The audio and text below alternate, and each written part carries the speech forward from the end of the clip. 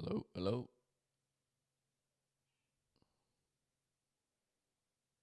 Just make sure everything's working. Hello, hello. Yeah, it seems to be so. Cool. All right, we are live. Welcome everyone. It's yours truly, Baphomet. We are going to be continuing on The High Priest by Dr. Timothy Leary. So far, if you haven't watched it was just the foreword actually. I don't think it was written by him, but it sort of goes over his life and how it all came to be, his arrest, his position in university, and all that other kind of thing. And that was actually a very worthwhile read, even though it took just an hour to get through. So I'll be continuing this today. And the reason why I wanted to read this is because psychedelics, personally for me, have been extremely helpful for my purposes, and I wouldn't be even this far making a YouTube channel about them if it weren't for them. I wouldn't be trying to go to university. I wouldn't be trying to write a book, which is also what's happening. But I'll try and keep silent about a lot of that stuff because it's probably better to do that. But the point being, psychedelics can give such profound insight to one's being and have such transformation in ways that are quite frankly astounding, that is sort of blows away modern medicine. It's not to say that I hate modern medicine, but we tend to put too much emphasis on modern medicine in this day and age still, I find. Anyway, that's just my opinion. This is not professional advice, okay? So we'll continue. We'll continue. So like having my mouth covered, I'll try and actually so you can see my beautiful face. All right, let's begin. So reintroduction. So I'm guessing this has got to do with the starting from the book again. So from 1960 to 1963, over 200 visionary drug sessions were guided by the Harvard Psychedelic Research Project. The guides numbered around 40. There were faculty members and graduate students from psychology and divinity departments. Divinity departments. I didn't think about. Did they actually exist? Wild. There were also a dozen or so distinguished visiting advisors, including Allen Ginsberg, Aldous Huxley, Alan Watts, William Burroughs, Marshall McLuhan, Charles Mingus, Arthur Koestler, etc. Man, what a fucking amazing time it would have been to be with Aldous Huxley, my boy, who actually kind of got me into the mysteries in the first place. Let's continue. The Harvard Psychedelic Center functioned as a global clearinghouse for information about self-administered brain change drugs. Please do not be put off by the ironic title Priest, which was suggested by a certain late-night prankster, Paul Krasnov. First, let's discuss the plain rules which guided these explorations. The project personalized, humanized, psychologized the basic plain principles of the new quantum psychology, Einsteinian relativity, Heisenberg determinacy, Planckian chaotics, and McLuhan linguistics. When applied to human behavior, becomes interpersonal interactivity, continual feedback of changing viewpoints. The traditional role of impersonal Newtonian scientists setting up experiments and measuring the behavior of animal or human subjects was outmoded. The new emphasis on interpersonal relations and field theory was marketed in various American British research centers as social psychology, group counseling, gestalt analysis, feedback techniques, client-centered counseling, 12-step programs, hands-on DIY do-it-yourself methods. Patients and therapists formed teams to study the here-now experiences. The staff acted as coaches, tour guides. The patients and subjects were the stars. Our staff did not administer drugs to the subjects. Typically, one or more staff and guides would be selected by lot to trip with the subjects. We tried to be interpersonal, not impersonal. Yeah, so by the sounds of it, when they were doing some of these trials, I'd imagine they would be doing things like actually letting the client sort of give them a gauge on how much, like what dose LSD would be doing to them. And maybe they were to pick them and they weren't there to really actually tell them what to do or how to guide them. So it actually became a very Very, yeah, a very personal experience regardless. It was just obviously the researchers were there so they didn't freak out. That's Einsteinian relativity. There's more. The deal was common sense, fair play. We provided brain activating drugs and we provided books and reports from other trippers. I don't actually want to see if anyone's watching. Not yet. Both guides and tourists planned the setting and mutually defined the set, i.e. the goals. Divinity students wanted to have mystical experiences. Prisoners wanted to learn why they messed up. Well, in candor, it must be said that most prisoners were happy about getting high in the slammer. I would be too, man. I can tell you that much. They agreed to write reports and fill out scoreboard questionnaires about their experiences. The Harvard guides agreed to do the same. This was our Main Street understanding of Einstein's interactive feedback theories. I'm going to be careful.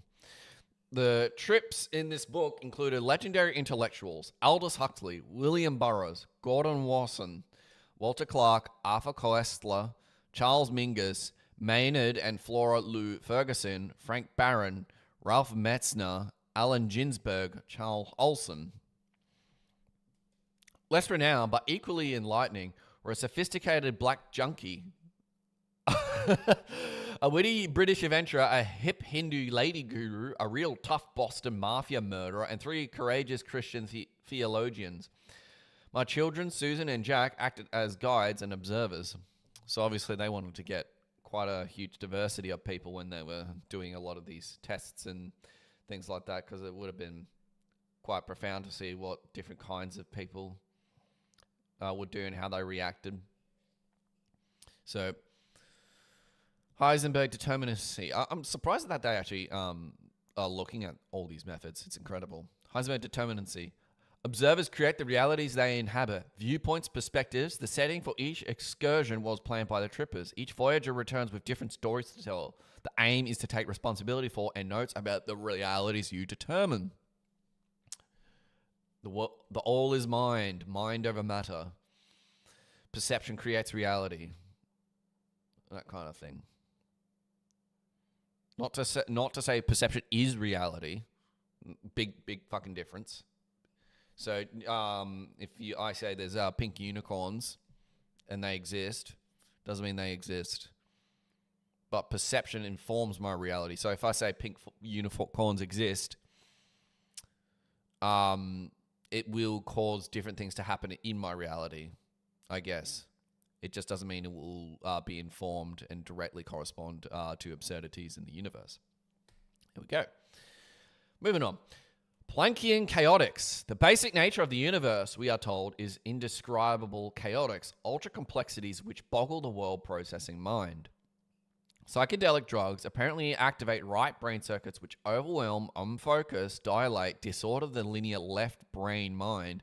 The words left and right are metaphorical and not anatomically precise. Practically, this means you have to dilate your pupils to become a visionary. One of the classic terms for describing this experience is ineffable. Chaotics cannot be verbalized by the grabbing mind. The least inaccurate metaphor is surfing, the accelerated neurological oceans of light waves. Interesting take. McLuhan linguistics. Quantum physics defines basic elements as quarks, bits of 0 and 1 information which form temporary clouds of energy matter. The best way to describe chaotics is to use the media language of the galaxies and the brain. Light, vox lumina. It is instructive to recall such ancient Hindu Buddhist words for the right brain experience as illumination, enlightenment, revelation, visions. Consider the poetic, lyric, eyeballing words for great moments. Headlights, highlights, limelights, spotlights, brightness, brilliance, flame, radiant scintillation, red light, district. Hey. Sorry, I had to fucking put that in there. I really had to. But yeah, so obviously light is obviously used a lot. So like when we say green light, limelight, spotlight, brightness, brilliance, flame, it's obviously light. We have a reverence for light naturally, like with neon and that kind of thing. And light is sort of the basis of all the mysteries. Especially when you go to Egypt, where like the coordinates of the pyramids match the speed of light. So that's a very interesting thing to think about. Sadly, we realized that books like High Priest could produce only squiggly black letters on white paper. Words just package labels for the neuroretinal events within. We pioneer researchers did try to enlighten our reports. In the early 60s, we studied how great religions have used light to dazzle eyes and imprint vulnerable brains of the faithful. Stained glass windows, candles, reflecting jewels, Gregorian chants, bells. So we developed light shows. They were primitive affairs, like reflected through bowls of colored jello. What the fuck? I would love to see how that played out, actually. 8 slide projectors producing layers of multicolored swirling images. 3 of the 4 soundtracks and scrambling earballs. Now, 30 years later, multimedia digital discs allow us to reproduce, communicate psychedelic experiences. Film and CD-ROM versions of this book, High Priest, are being developed. Oh no, now they're going to talk about the inadequacy of the book. I think I would only have to imagine it's talking about the, it just can't cover everything because the occult and the mysteries just goes on for fucking ever. And you can't really ever really truly embody all traditions all at once. The way you have to do it is to sort of look at the different schools of mystery traditions and sort of build on top of that. Tradition is not there to follow and to be dogmatic. Tradition is there so you can develop a system from those that came before us, standing on the shoulders of giants, etc. So like Crowley lights, for example. I personally do subscribe to a lot of the whole general principles of Thelema, for example. But the big problem is that most people take it as gospel and as dogma, and then you see Crowley as as another Christ-like figure, which is not what you're supposed to fucking do. The Lux Eterna is our savior. The kingdom of God within us is our savior, not something external. People just need to get that through their heads. Okay, let's continue. The inadequacy of this book. The lettered text presented in the following pages employs some primitive ways of suggesting the confusing, jumbled complexities of the turned-on brain. Note that each page presents an ongoing interplay dialogue between the viewpoint of the author and, in the margins, comments from other sources. Each chapter unfolds in the context of I Ching readings. Okay, that's going to be interesting. So yeah, I Ching's a system, a divination system, Chinese one. I personally haven't thought about looking into it. I might though, because I've noticed, like, if you actually have the correct intention, divination, like cartomancy, as long as you're doing it in a way that's structured and deliberate and has some kind of correspondence, it can work. But it involves self-honesty. I find that usually ritual needs to be involved with cartomancy as well for it to work. You can't just sit down and draw a card and do it. And I think the less you use it, the more effective it is. The whole concept of less is more is actually not some quaint term. The less you go through divination, the more effective it's most likely going to be. So keep that in mind. So maybe like have an effective turn counter. Like there's a certain amount of actions you can do in civilization, right? So maybe think about that. To hint at the disorder of the psychedelic experience, we have occasionally used poetic scramble and the cut and paste method introduced by William Burroughs, James Joyce, and Brian Gysin.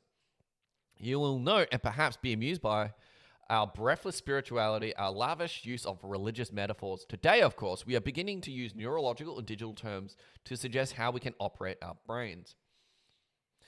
But in 1962, there was no language in American psychology for these experiences, except the wretched psychiatric litany for hallucination victim disease. Yeah, because they didn't have language, it was impossible to really go about it. and using metaphors such as computers. Not Timothy Leary. Robert Anton Wilson does this a lot in Prometheus Rising. Drugs like LSD, mescaline, psilocybin were called psychotomimetic temporary insanity. Damn. Those Amazon jungle shamans must be insane.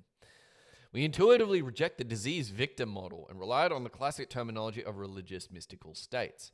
There's a lot of heavy-duty celestial name-dropping. Gods, sacraments, miracles, Christs, Buddhists, William Blake, Gilgamesh, St. John's of the Cross, divine rascals, heaven and hells. Today we use the metaphors of computers, virtual realities, chaos engineering, neurotransmitters, turning on, operating and fine-tuning the brain. However, I'm proud of the pre-neurological theological innocence revealed in this book. We were joyfully, reverently recapitulating the metaphors of medieval soul engineering. So back then, before there was like the language of using computers and that kind of thing to sort of determine brain, how the brain works, they would have been using like religious metaphor in the mystery schools. They would be talking a lot about Christ or Muhammad or whoever would have been central of it at the time. And looking back, I'm proudly aware of the survival principles which guide us: sense of humors, conformance to laws of levities, celebration of chaotics, illuminations, brain surfing as team sports. So whether it's living it or dying it, always do it with friends. Okay. So yeah, that was the original parts. I found those were actually quite interesting and worth reading. So we actually haven't gotten into it yet. So how many? I'll do trip 1. So we'll be doing trip 1. So that will be one thing for a day. So High Priest Festival. Look at that. That face, man. Holy shit. Are you looking at that? That's scary. But he's smiling. Timmy, good old Timmy smiling.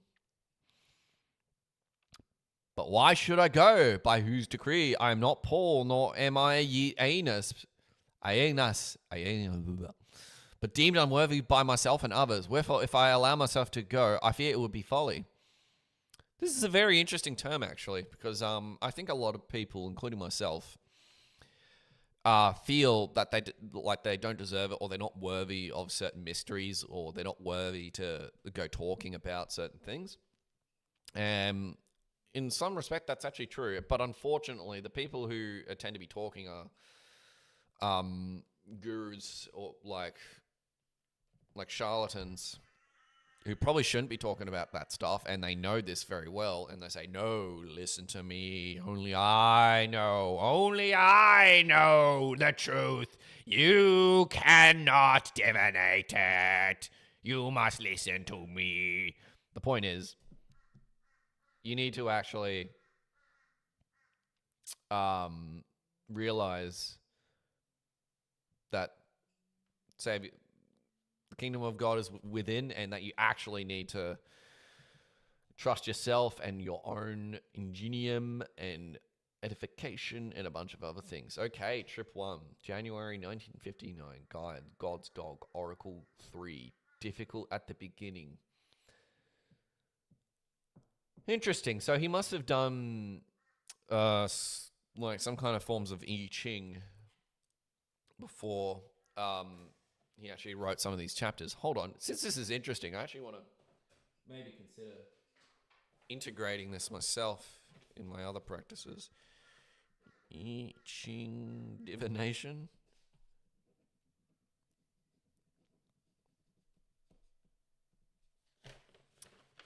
So you got to remember, I haven't read this book, guys, so this is all new to me as well. I hope everyone's along it.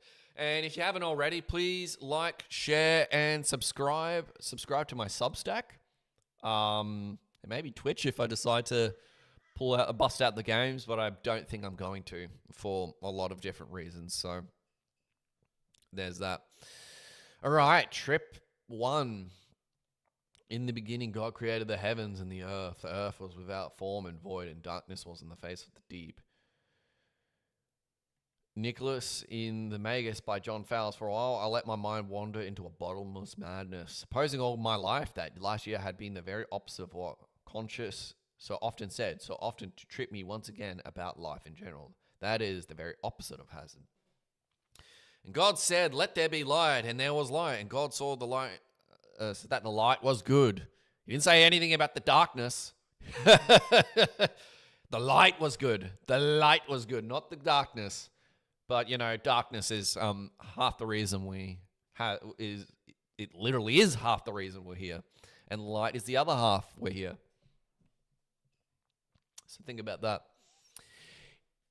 In the beginning was the turn on, the flash, the illumination, the electric trip, the sudden bolt of energy that started the new system.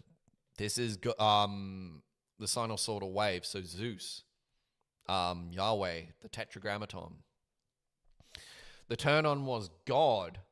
All things were made from the turn on, and without him was not anything made. In this turn on was life, and life was the light of men. It had always been the same. It was the flash that exploded the galaxies from which all energy flows. It was the spark that ignites in the mysterious welding of amino acid strands that create the humming vine of organic life. It is the brilliant neurological glare that illuminates the shadows of man's mind. The God-intoxicated revelation, the divine union, the vision of harmony, samadhi, satori, ecstasy, which we now call psychedelic. Interesting. I'm still streaming, but I'm pretty sure I am. I just want to make sure I can still hear myself. Yes, I can. Good. Yeah, just making sure. Okay. What happens when you turn on? When do you go? Where do you go when you take the trip? You go within. Consciousness changes. Your nerve endings, neural cameras, cellular memory banks, protein structures become broadcasting instruments for the timeless humming message of God located inside your body. The external world doesn't change, but your experience of it becomes drastically altered. Perception changes your reality and creates reality. Close your eyes and the 13 billion cell brain computers flashes multiple kaleidoscopic messages. Symbolic thought merges with sensory explosions. Symbolic thoughts fused with somatic tissue events. Ideas combined with memories. Personal, cellular, evolutionary, embryonic thoughts collapse into molecular patterns. You open your eyes and you see your tidy television studio, world of labeled stage props fusing with sensory, somatic, cellular, molecular flashes. Your nervous system is prepared to register and coordinate up to 1,000 million units of flashing information each second. That's a lot. A psychedelic trip lasts from 5 to 12 hours. Each trip takes off from a stage set structured by the physical surroundings and the cast of characters present. Each person in the session is a universe of 2 billion years of protein, memories, and sensations. A heady mix.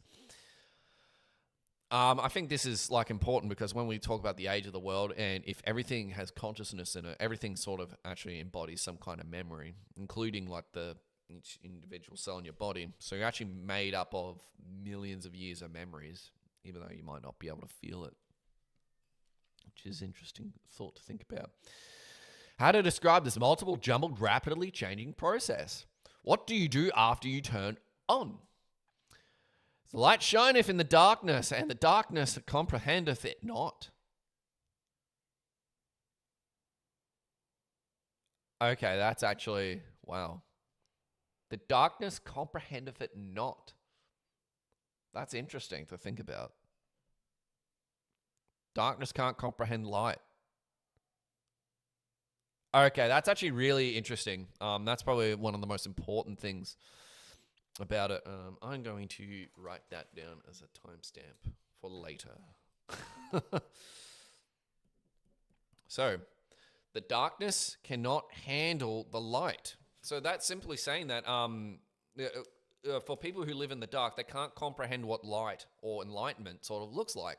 And that's a very important thing to keep in mind, I guess, going forward, because people living in the dark can't comprehend light, because darkness can't comprehend light in the beginning in of itself. So, yeah, the light shineth in the dark, and the darkness comprehendeth it not. Keep that in mind when you are scared or that kind of thing, or scared of the light, because you probably can't comprehend it. You tune in. Tune in means to bear witness to the light, that all men might believe. The turn on bolt shatters structure, reveals the frozen nature of the artificial stage set men call reality. Certitude collapses. There is nothing but the energy which lighteneth every man that cometh in the world. E equals MC squared. Okay, that's interesting.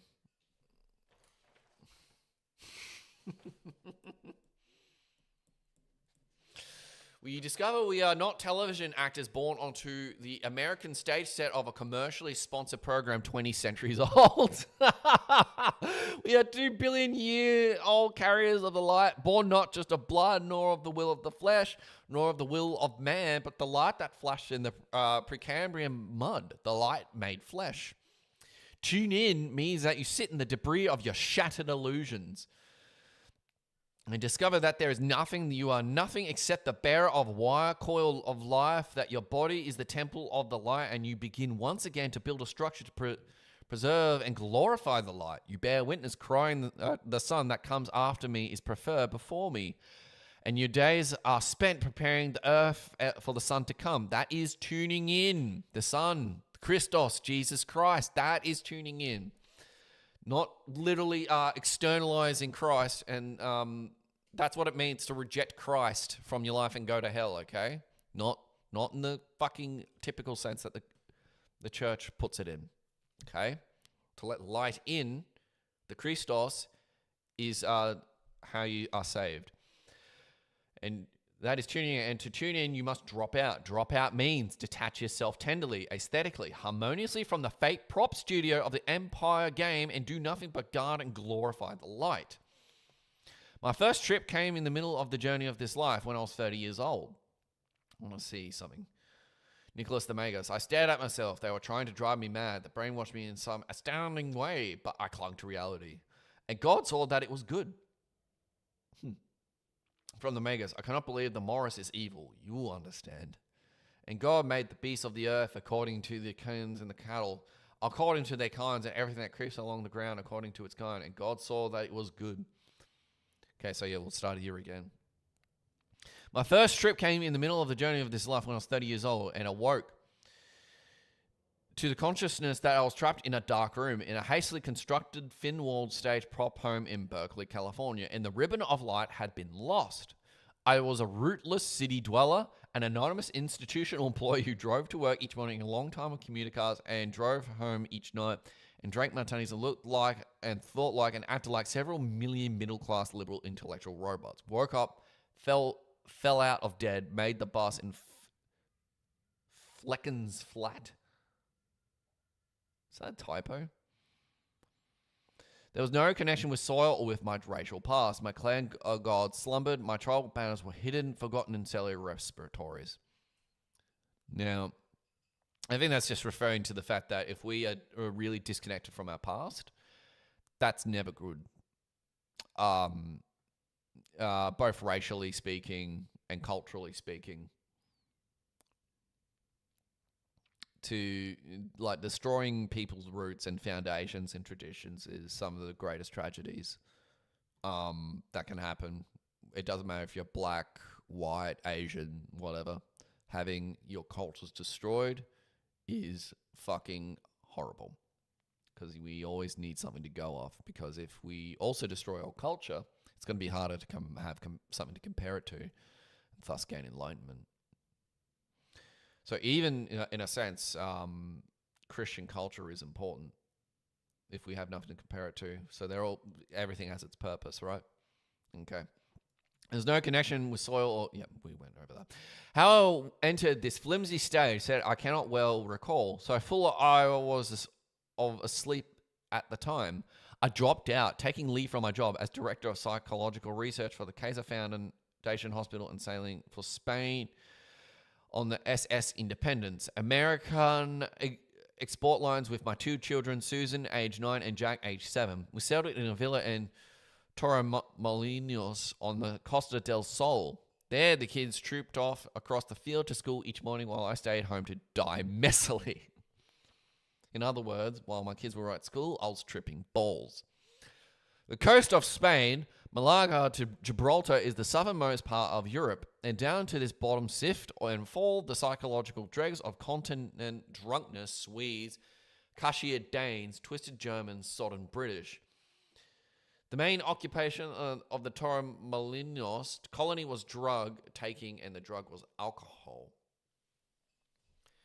Found my way upstairs and had a poke. I brought with me a trunk full of psychological data, thousands of test scores, and numerical indices which demonstrated with precision why psychotherapy did not work. So it turns out that even psychotherapy was not even working back in Timothy Leary's era. In America, I had a staff of statisticians and clerks and rooms of calculators and computers to handle the data. But I said goodbye to all that and sat sweating in a small room in a Spanish house, adding and subtracting long columns of figures, hour after hour. I'll be right back, guys. I just got to go to the toilet real quick. And I will mark that.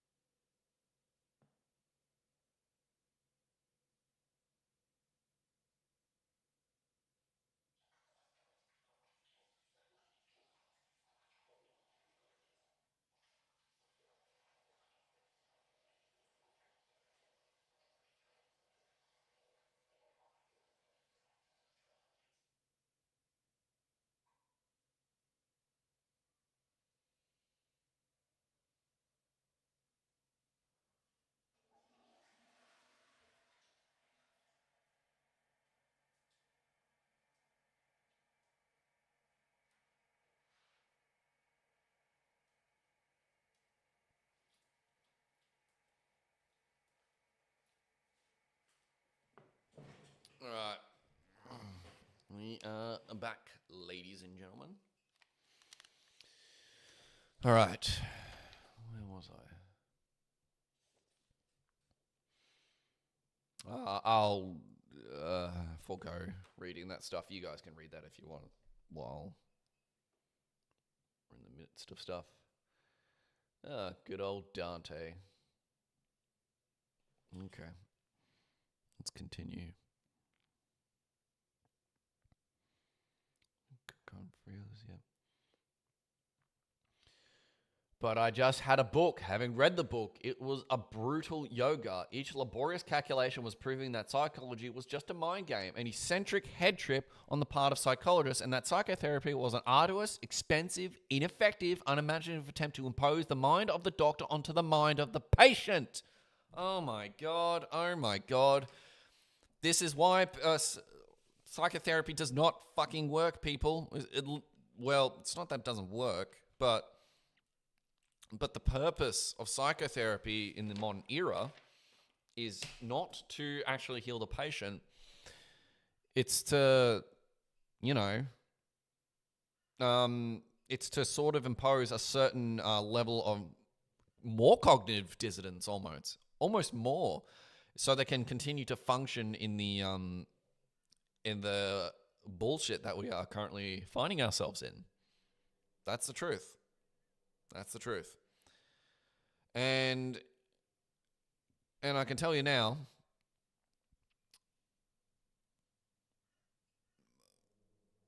I'm sort of thinking about it because that sort of hit a nerve with me, because I had a lot of psychologists growing up, and I don't have any.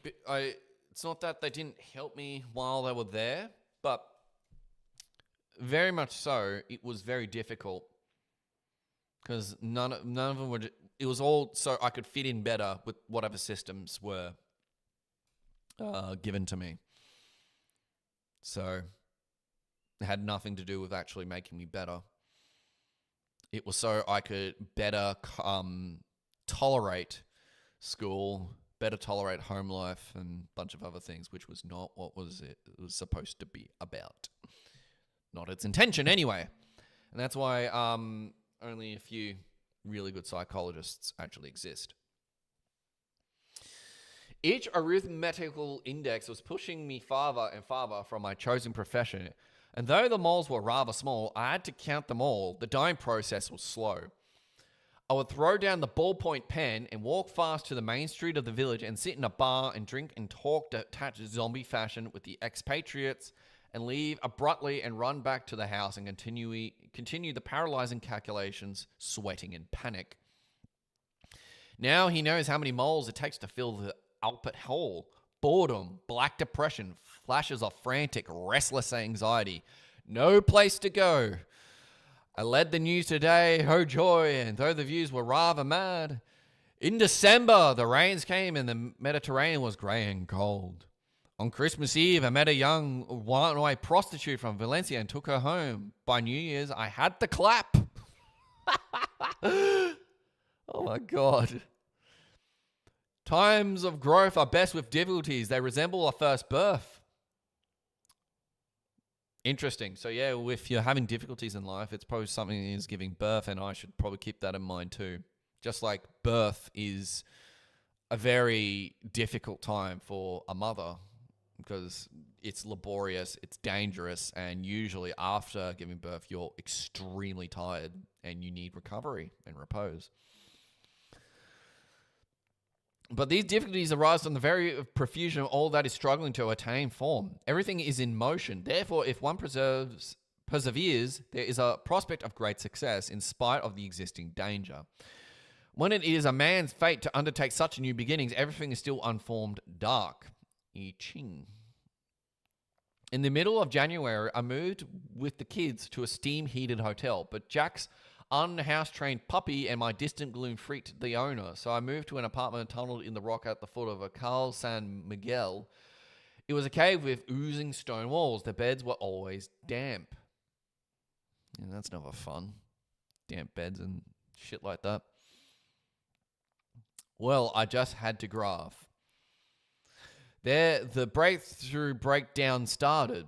Breakthrough breakdown, I like that. It began in the head. One morning, my scalp began to itch. By noon, it was unbearable. Each hair root was burning rod of sensation. My hair was a cap of fire. It's making my head itchy.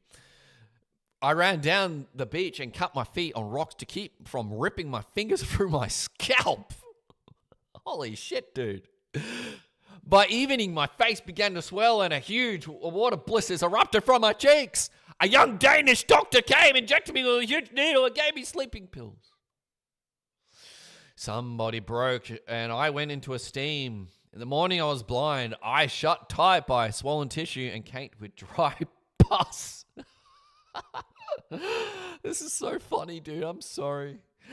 I felt my way to the bathroom, lit a candle, and pried open one eye before the mirror. Broke up, fell out of bed. In the oblong glass, I saw the twisted, tormented face of an insane stranger. I saw the rotograph. A Spanish doctor came in and gave me more shots and more sleeping pills. He had never seen such a case before. Jack and Susan were crept into the room to look at me with big, sorrowful eyes. You know, imagine seeing your dad just completely having a massive mental breakdown, tripping on all kinds of weird shit. But I imagine people see that every day with other drugs, but not in good ways. The best was cold and soggy, but I slept. So the bed was cold and soggy, but I slept. I might be dyslexic, guys. I'm sorry. Third day, the disease had spread to my body. Huge watery welts blossomed on my back, stomach, and flanks. Oh my God. Both the Danish and the Spanish doctor shook their heads and both injected me from large metal hypodermics. In the afternoon, I hired a taxi and was driven to Malaga to consult the specialist. His eyes bulged and he shook his head and gave me 2 injections. I'd have turned you on before returning to Torremolinos. I sat at the sidewalk cafe and drank a Coca-Cola. A pretty young Swedish girl joined me. She was traveling with her parents and was bored and rebellious. Hungry for adventure, she steamed with erotic vapor. I looked at her and smiled weakly. See you later. Back at the Torremolinos, the doctors agreed I should move to a steam-heated hotel. We had to smuggle the dog in. Jack and Susan left to stay with a sabbatical family from the University of Pennsylvania. By night, the disease had spread to my extremities. My wrists and hands were swollen and arithmetic paralysis. Holy shit, dude. My ankles and feet ballooned. I couldn't walk or move my fingers. I sat in the darkness for several hours, and then came the scent of decay. Overpowering odor of disintegration. I got up from the chair, but my feet buckled and I fell to my knees. I crawled across the room to the electric switch and pulled myself up to flick on the light. He didn't notice that the frights had changed. Jack's puppy had been very sick and rivulet of yellow shit ran across the floor. Oh no. Can you just imagine being this sick and then seeing your little puppy dog just having shit all over the fucking floor? Oh, God, that's wild. We would be expelled from the hotel and the chambermaid found the evidence. I crawled to the bathroom and pulled down a roll of toilet paper. For the next hour, I crept along the tile floor, cleaning up the mess. It was slimy mucus, the color of peanut butter. I crawled to the bathroom. The toilet didn't work. I crawled to the window, which overlooked the backyard of the hotel, and heaved out the wad of toilet paper. There were electric wires above 4 feet below the window, and discolored strings of paper caught on the wires and hung down like banners swaying in the breeze. Flag of my action. Using an umbrella as a cane, I hobbled along the hallway, down to the back stairs, and across the rotted, muddy backyard. Each step was torture. I fell several times. I stood on a packing crate and flowered at the papers, bent like a madman fighting vultures. Clouds and thunder are represented by definitive decorative lines. This means that in the chaos of difficulty at the beginning, order is already implicit. So too, the superior man had to arrange and organize in hoet profusion of such times of beginning, such as one sorts out silk thread from a knotted tangle and binds them in skeins. In order to find one's place in the continuum of being, one must be able to both to separate and to unite. That last part. You need to basically feel a great amount of separation before you can feel united. That's probably quite important. Just like the amoebas first separated, first of all, the little microscopic organisms in the primordial soup first reproduced by separation and mitosis. And by that point, we shall experience union. Divided, so that union may come. Divided for the sake of union. Anyway, I'm sort of going on a bit of a tangent. All right. I think we're nearly done, and then that will conclude part 2 of our series, which is what I'm hoping for. I've actually had a lot more fun doing this than I imagined. So I'm actually quite kind of happy with it, and I'll be looking to go through some of the timestamps and put them into shorts because there's some pretty good stuff in there. Anyway, let's continue. By the time I wrenched back the room, 2 hours had elapsed. I was weak and trembling. I slumped in the chair for the rest of the dark night, wrapped in a Burberry Macintosh. I died. I let go, surrendered. I slowly let every tie to my old life slip away. My career, my ambitions, my home, my identity, the guilt, the wants. All of it. With a sudden snap, all the ropes of my social self were gone. I was a 38-year-old male animal with 2 cubs. High, completely free. Only 38 years old. Damn. Okay. I still got time.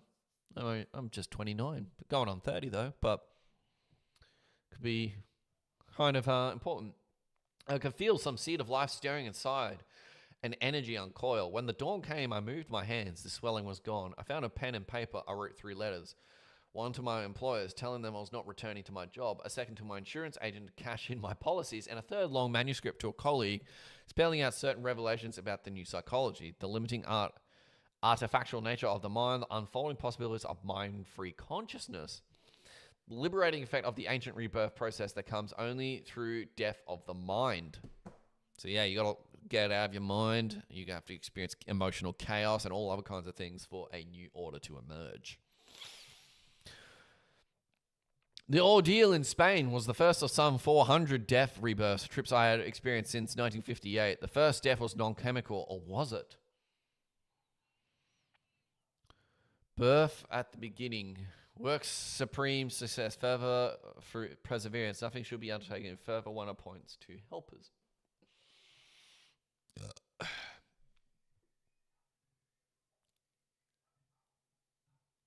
Is this page just blank? Yes, it is. Okay.